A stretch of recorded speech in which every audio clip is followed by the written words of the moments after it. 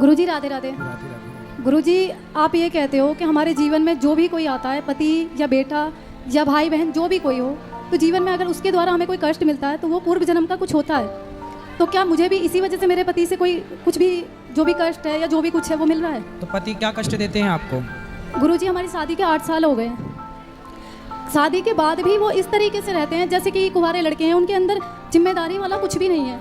और अभी 4-5 महीने पहले जो पत्नी के लिए देखना एक तरीके से वो देख ले तो उसके मतलब बर्दाश्त से बिल्कुल बाहर है। मैंने अपने पति को अपने सास के घर में किसी और स्त्री के साथ देखा, इस कंडीशन में देखा कि मैं बता नहीं सकती हूँ। उसके बाद कौन स्त्री थी वो? पता नहीं। तो आपने पूछा नहीं कौन है ये?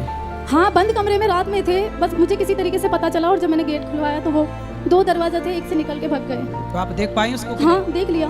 तो कौन थी पता नहीं लग पाया? पता लगा वो वही मोहल्ले की थी, उनका कुछ उनसे गलत था। गुरुजी उसके बाद मैंने अपने आप को बहुत कोशिश किया, ऐसा किया कि बस ख़त्म कर लूँ। फिर मेरी बड़ी वाली दीदी ने जो है मुझे समझाया कि इसका कोई समाधान नहीं है।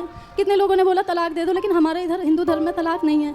और फिर 2 बच्चे हैं मेरे छोटे छोटे, उनकी वजह से मैं जी रही हूँ, मगर वो जलन है ना आज भी मुझे अंदर ही अंदर बिल्कुल बीमार बना दी। आपके पति को ये एहसास नहीं हुआ कि उन्होंने? नहीं गुरुजी, सबसे ज़्यादा दुख वो देखने से भी ज़्यादा दुख वो है, वो कभी ये भी नहीं मानते कि हाँ मैंने ये गलती की है।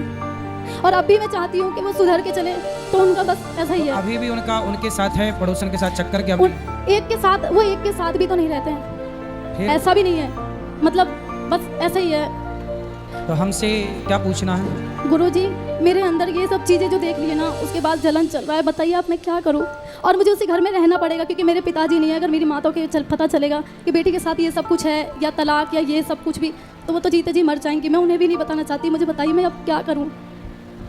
आप बच्चों को पढ़ा लिखा के योग्य बनाओ और भगवान के आश्रित रहो। गुरुजी ये सब चीज़ें चलता रहेगा तो मेरी बेटी भी है, अब 8 साल की होने वाली है, ये सब चीज़ें तो उन बच्चों पे भी असर पड़ेगा। मुझे बताइए कि मैं क्या करूं? पति को लाओ हमारे पास। गुरुजी ना तो वो भागवत देखते हैं ना सुनते हैं, जो उसके जरिए मैं सोच रही हूँ कि उन्हें सुधार दूं, वो कुछ देखना भी तो नहीं चाहते हैं। जो पराई स्त्री के चक्कर में पड़ जाता है, सत्संग करते तो पढ़ते ही क्यों पराई नारी के चक्कर में? पढ़ ही इसलिए गए क्योंकि सत्संग से दूर है। अच्छाई से दूर होंगे तो बुराई तो हावी होगी। इतना कुछ न्यूज़ देखते हैं कि आजकल पत्नियां दूसरों के साथ मिलकर क्या क्या पति के साथ करती है, फिर भी मैं ईमानदारी के साथ उनके साथ हूँ।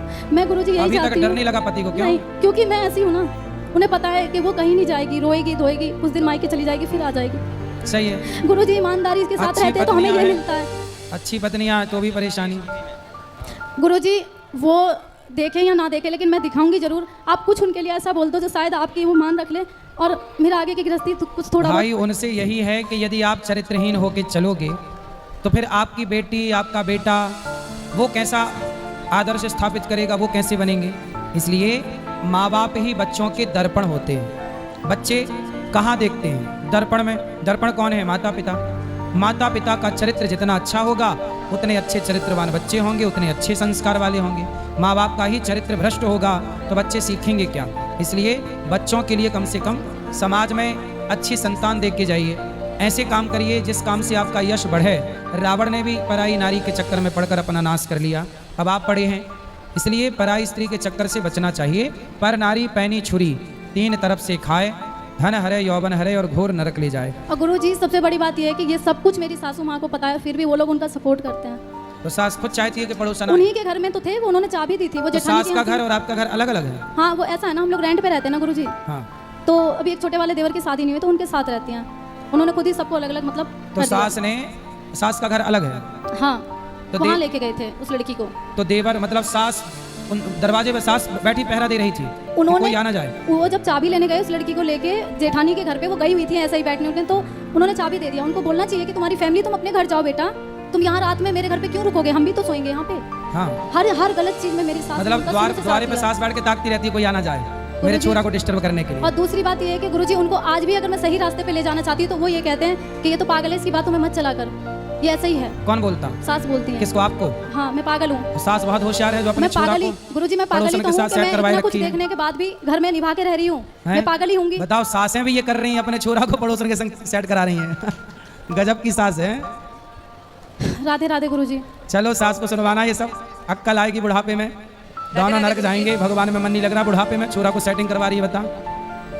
राधे राधे गुरुजी। जी जय श्रीमन नारायण। जी। जी ये मेरी सहेली है, उनकी लड़की है, तो वो बोलती है कि गुरु मंत्र नहीं लिया तो जाप कर सकते हैं। हाँ, जाप करो भगवान का नाम, और तुलसी माला से। जाप करो तुलसी की माला से। और मेरा 1.5 साल का नेती है, वो जो आप कथा में बोलते हैं मैया, वो कहीं भी हो तो ऐसे दौड़ के टीवी के पास आता है, उनको बहुत अच्छा लगता है आप जब मैया बोलते हैं, और वो कथा भी सुनता है आपकी, और राधे राधे भी बोलता है। सही है, बचपन उनको से राधे राधे संस्कार बोल दो आएंगे। आप भी। बिल्कुल, बच्चे को सार्थक राधे नाम है, राधे। सार्थक को राधे सार्थक राधे। और एक वेद। सार्थक और वेद को राधे राधे। Thank you.